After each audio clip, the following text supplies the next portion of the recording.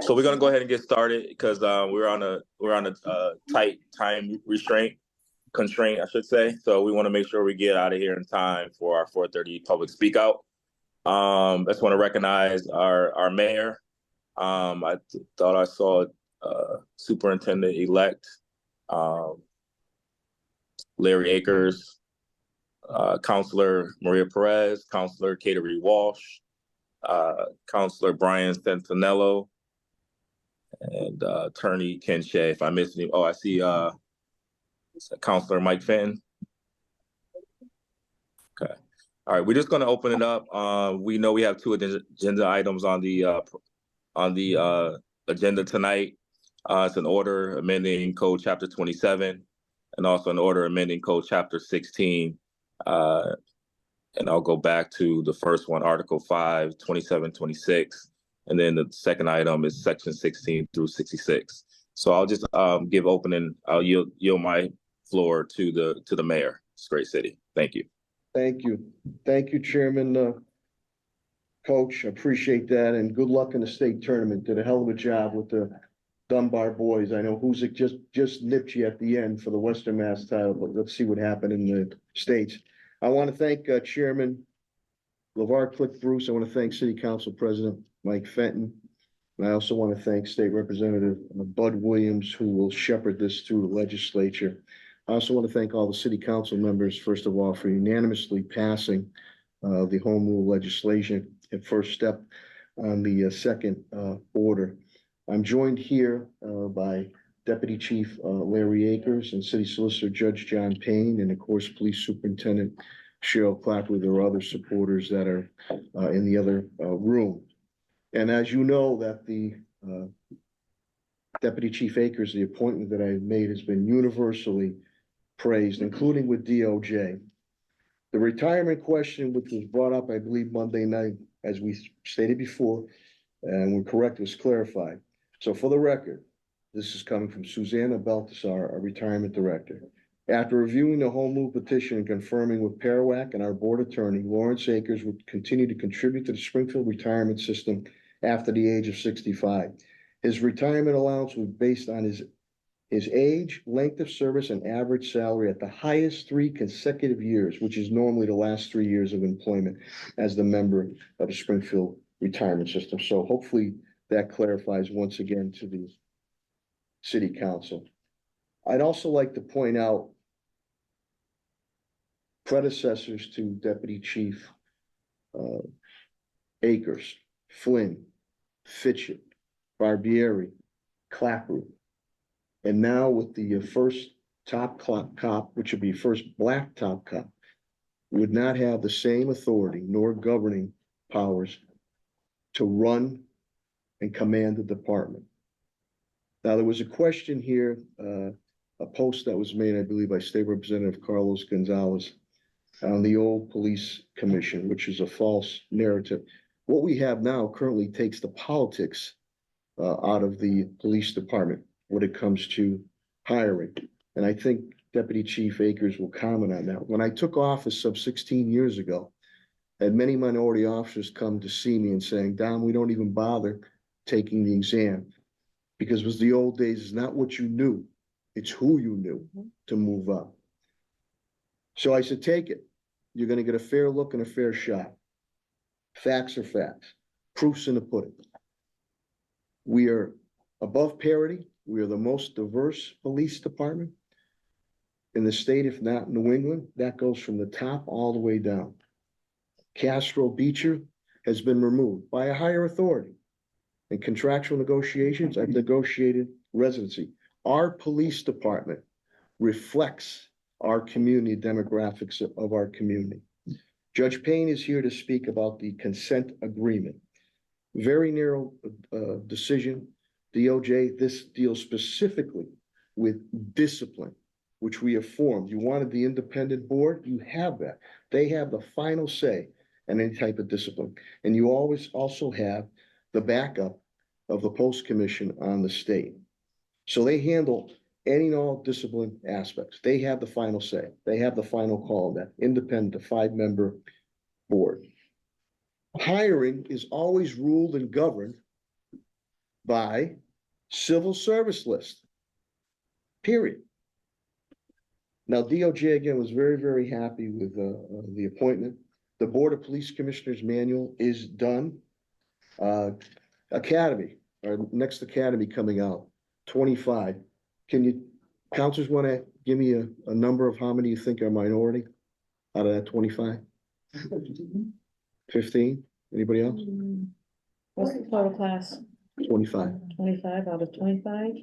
And 24 out of 25, 24 out of 25 are minority members with a strong contingent of females. So I say about reflecting our community and reflecting our city.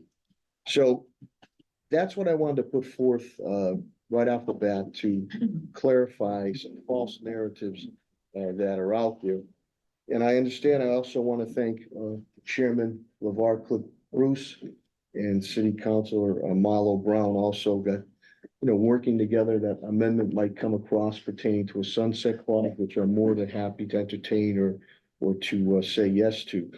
But getting back to the original thing, Flynn, Fitchett, Barbieri, Clapper, and now the first top cop in the city, black in the city's history, would not have the same authority, governing power to run the department, which he has to have. And again, that Facebook post that went out or was shown to me is a false narrative. They're indicating they want to go back to the good old bad days of not what you knew, but who you knew. And the proof's in the pudding. When you look at above parity, from supervisory on down, it's reflected as far as the leadership there. Again, Boston and Worcester, everybody talk about Boston and Worcester has no such thing. We, the city of Springfield, do. The department reflects our demographics, reflects our community, and civil service rules, governs over all hiring and promotion type aspects. And again, I'm open to that sunset clause. The next academy, 24 out of 25 are minority, and there's a good number of females that are in that. We have a very young department, so that's why it is essential to have somebody with the integrity, the professionalism, the brave attitude, strategic, with Deputy Chief Akers, who not only is very studious when it comes to running the department, but his compassion that he shows to our community. And I've been with him through a number of difficult situations and how he's handled that street command and how he's dealt with the compassionate side when we were going through situations where family members of those that were affected at that point in time. So the retirement question has been clarified in writing, as we had stated. It was stated on Monday night. And again, I want to thank the City Council for Council President Fenton, Chairman LeVar Cliff Bruce, State Representative Bud Williams, who will shepherd this through the legislature, for passing unanimously the home rule legislation, the first step on the second amendment we're looking to do, and now clarifying the third amendment. With that, if I can, Mr. Chairman, I'll turn it over to Deputy Chief Akers, and maybe you can clarify a couple of points. The days of when minority officers were not even taking the exams, and his vision about taking continue to move the department forward and continued initiatives and reforms that Police Superintendent Clapper has put in place. With the indulgence of Chairman Bart Click, Bruce, and then we'll take any questions that you might have. And Judge City Solicitor John Payne is here to clarify too, especially on the decision, which is very narrow and dealt specifically with discipline, which is exactly what I did. If it's okay, Mr. Chairman? Yep, Deputy Akers, yes, the floor is yours. can you be recognized, please? Sure. I'm sorry, Chairman. yes, I'd like to recognize. Yep, sorry, I'd like to recognize City Councilor Zeta Govan, and I believe City Councilor Milo Brown came in. And Tim Allen. And sorry, and also City Councilor Tim Allen. Thank you. Thank you. Thank you. Good afternoon. First, I want to thank the city council for last week moving forward the home rule petition unanimously. I do appreciate that. And I think I'll piggyback off a little bit of what the mayor said. I'm someone who was fortunate enough to have a father that was on this job. And I got to spend a year and a half or so with him on this job, and he taught me a lot of things about the job. I remember when I did come on, and I used to ask him why he never went for promotions. And he straight out told me because they wouldn't give me a job, because I didn't look right. I didn't have the last name, the proper last name. And that stuck with me for a long time. And that fed into why, for many years, I didn't take the promotional exams. I didn't take the promotional exams until I had almost 25 years on the job. And that was because I still saw things getting better, but there were always still, in the back of my mind, there was always still that question of, okay, if I am not the right person, how would I take that? How would I handle that for the rest of my career? And I remember some years ago, and I won't mention the person that was in charge, I remember them saying, you know what? I'm so tired of fighting with the people in Boston every time I skip someone. I'm gonna start going right down the list. That's when I started taking promotional exams, because I knew that I was going to be looked at like everyone else if they held to that statement that they were gonna go right down the list. I started taking exams, I started talking to other people to take exams, and things have changed. I am not gonna be the type of superintendent that's gonna go right back to the same things that I suffered from, and my father suffered from, and many other people suffered from if I'm in that position. I'm not that type of person. I tell people all the time, I'm fair, I'm honest, I'm not gonna play those games. If you study hard and you score well, there's a good chance that you're going to get promoted. As far as with hiring, well, we're given a list by civil service. And a few years ago, Superintendent Clapperud gave then Deputy Chief William Cochran the okay to bring in another person for the interview committee. And that person was me. And I asked then Deputy Chief Cochran, why do you pick me?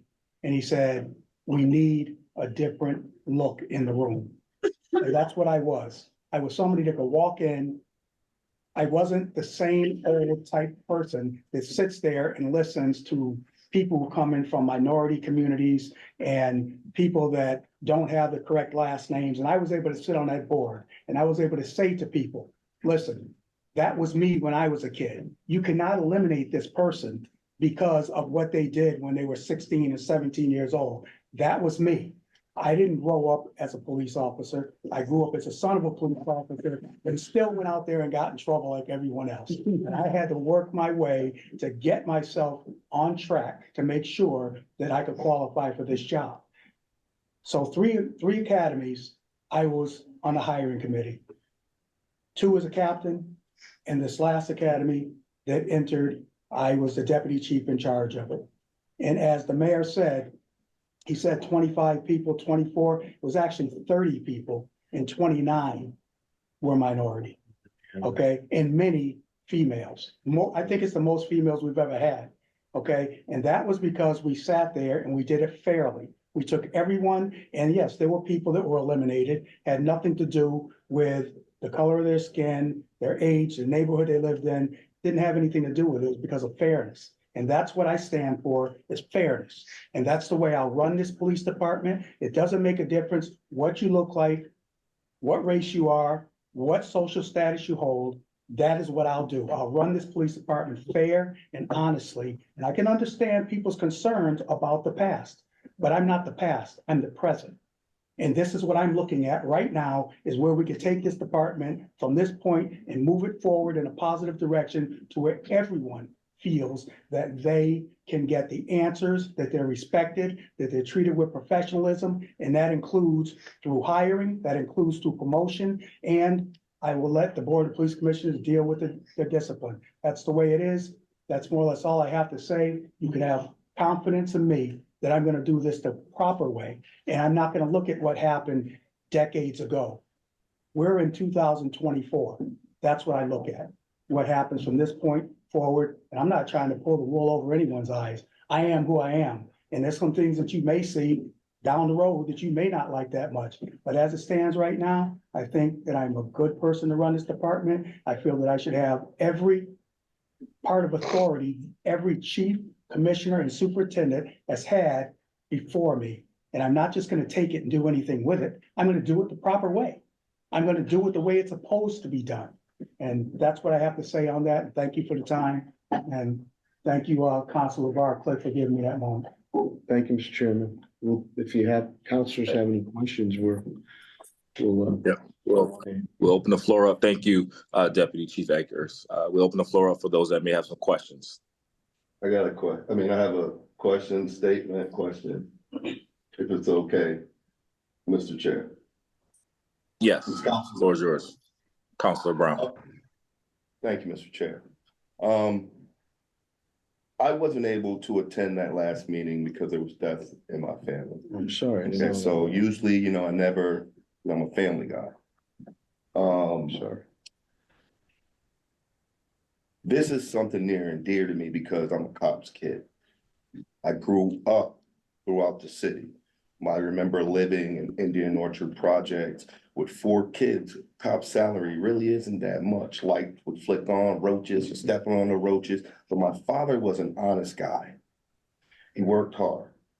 They said he should have been the first Black police chief. He had no chance, no choice, no chance. I know because he was head of internal affairs. So I know everyone, and I know as far as me, I don't have the confidence. I love the shield. I protect the shield. The shield can do better. There are certain things that go on, and we all know what goes on. That's why we made a civilian police board. Now, my colleagues from the state, they might come and say, hey, you know what? You know what? You know what? You guys can't, what I would say when we did it anyways, we did it wrong. How do you make a civilian police board and supposed to write it biasly and the mayor can pick all 5 people? Civilians now. If I'm the mayor and you give me I'm human, you think I'm gonna pick 5 people who agree with me or disagree with me? And they're civilians. Okay, so when our legislation, I believe our people in the State House, they need to fix that. And while we're fixing it, we need an individual who we can trust with the integrity to train those actual members on the actual practices, true integrity, what it is to actually be in law enforcement. These are civilians. It was set up to fail. They don't have any funding. These actual commissioners, they should have funding. They should be going to neighborhood council. Neighborhood council should know who they are. I need the state to get me some funding. Let's fund them. Let it be elected. But until we get it right, we have 4 to 5 years with an individual who we all trust. See, there's no elephant in the room. I don't trust all those commissioners. I trust him. To me, they were picked to fail, but they're not gonna fail with his guidance. He's gonna get them right. He's gonna get them right. And then I'm asking my state brothers, get the legislation right so we can let the people elect the commissioners and pay them. Because we can do it. So while we're doing that, let our actual commissioners get trained with the actual procedures and policy with one of the highly, not just decorated, and I can't say Black because he's an individual, no color matters. If you're white, he's fair. When I was 18 years old getting into a fight, they called my daddy and him and said, what are you gonna do? They say, arrest him. And I was being profiled. And I said, Dad, they were profiling me. He said, but you know how much we struggle through this police force. You know what we go through. You know what it is. I know what he had to go through. And if you don't think there's some people in that commission that's going to mess with this man and his progress, shame on you. Shame on you. But what I say is end it with him. Allow him to train up these people, let them know that they don't know nothing. And there's nothing wrong with learning, but learn from him. And then when he's done, I want to sunset, don't ever do it again, because we voted for the people to have a commission, but we ain't got no commission. We ain't never met with them. They don't know what they're doing. So, and then let's fund them and let's do it the right way. And when we have the right time to do it the right way, my brothers in legislation, get them some money. My brothers in legislation, make it where the people can vote for them, because we'll write it that way. And then the mayor can't pick it. So you can't come here and say, hey, we're fighting for the commission that the mayor got to pick 5 civilians, really? Let's do it the right way. We have an individual right here. We can say, you know what? We trust him. Let him do it the right way. My brothers in legislation, write it right, so the people can pick him. Thank you, Mr. Chair. Thank you. Mr. Chair? I don't know if you can. Thank see you, it. Councilor Brown. Yeah, Councilor Govan, I just want to remind everybody, before I give you the floor, we got 8 minutes because we want to make sure we're there for our constituents with the public speak out. But the floor is yours, Councilor Govan. Thank you, Mr. Chair. Thank you. And thank you, Mayor Sarno, for your words, and Deputy Chief Akers for yours. First of all, I hope that we can, and you use the same term, we can stop calling people of color minorities, because we're no longer the minority. We're the majority here in Springfield, but we're people of color, and we have had issues with the police department. I remember, I just learned a few years ago, my brothers telling me when they were little, they're like 50-something years old now, but when they were little, how police officers would come in our neighborhood in the North End and make them fight each other, them and their friends. They were all Black and brown kids, you know, and that's what the police officers did to our neighborhoods. So today, in 2024, we are having our first Black superintendent, chief of police for the whole city. In 2024, I'm really saddened to hear that he will be our first. I'm glad that it's happening. I am. And I do trust, you know, your leadership. And I'm thankful for the leadership that has happened up until this point.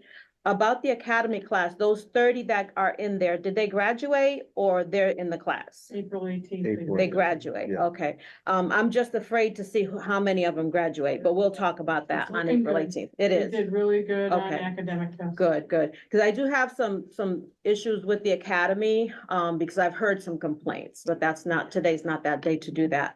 But regarding the superintendent, and we talked about it last week, the superintendent is a made-up term, right? We just made it up after the commissioner was taken over by the commission. And we remember that the police commission in the city, you know, Mayor Sarno vetoed it. It had to go all the way up to the Supreme Court of Massachusetts to be passed.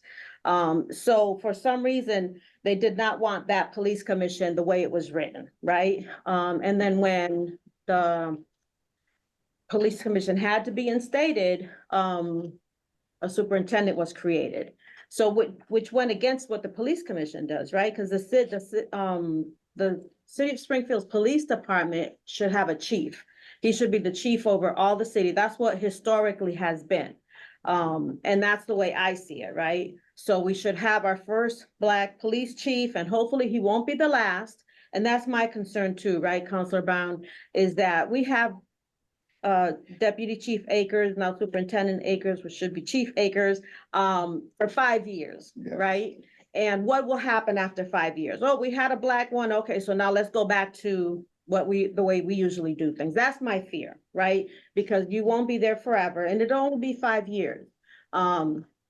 The police commission was put into place for a reason. We have some city councilors, previous city councilors here who were on that city council who did that, and they did that for a reason. And I want us to remember that they did that for a reason and why they did it, right? And why it was fought so hard against, right? So I just want us to remember that, and when we go into the meeting today, I want us to think about how we want our city to look going forward. I'm really happy that 29 cadets are going to be graduating on April 18th, God willing, right? So I'm hoping that going forward, we will grow our police department the way we need it to be as a city. But we cannot forget the past. I can't, we can't say, oh, no, forget about what happened. We have to remember so that we don't repeat it. That's what history does for us. It helps us to learn from it so that when we get to a point in this time, oh, wait a second, we're seeing more white supervisors. Something's wrong here, right? And we look at that and we learn from our past mistakes. So I know in the interest of time, I will cut it there. I want to thank everyone. Mayor Sarno, Deputy Chief Akers, and Mr. Chair, thank you for the time. Mr. Chair. All right, thank you. At one moment, I just want to make a comment. Thank you, Councilor Govan. I will be looking to do an amendment on the floor in reference to some of the concerns that Councilor Brown and Councilor Govan just relayed or stated. Been talking to a lot of counselors. I know the hard work that went into this for a long time. So we're looking to do a sunset clause where the language will read something like this: upon the conclusion of Mr. Larry E. Akers' service to the city of Springfield as the police superintendent, the Springfield City Council shall revisit the provision of the city code and determine if further amendments are required at that time. So this is something I want to present on the floor, and we can open it up for discussion. But this is something that we want to do for Larry Akers and put it in as a sunset clause where, when he retires, hopefully, prayerfully, he serves out his term. So that's something that I'm looking to bring to the floor. I know Councilor Perez, I'll give you the floor. We have approximately 2 minutes. I need one. Okay. And I'll take the other. Okay. Okay. I only have- You know what? When it comes to today and us as city colleague, and I'm speaking to the city colleague, myself, like I said last week, I take this dearest to my heart because my family, my children had to suffer police brutality. Having a 6'7" man in the floor by 2 officers when he was calling because an old lady in the north end was being mobbed and coming into the store and with the FU, the police department is very inappropriately and all that. My small son was in that store, and every time he saw the blue cop, he was crying. So no one could tell me here.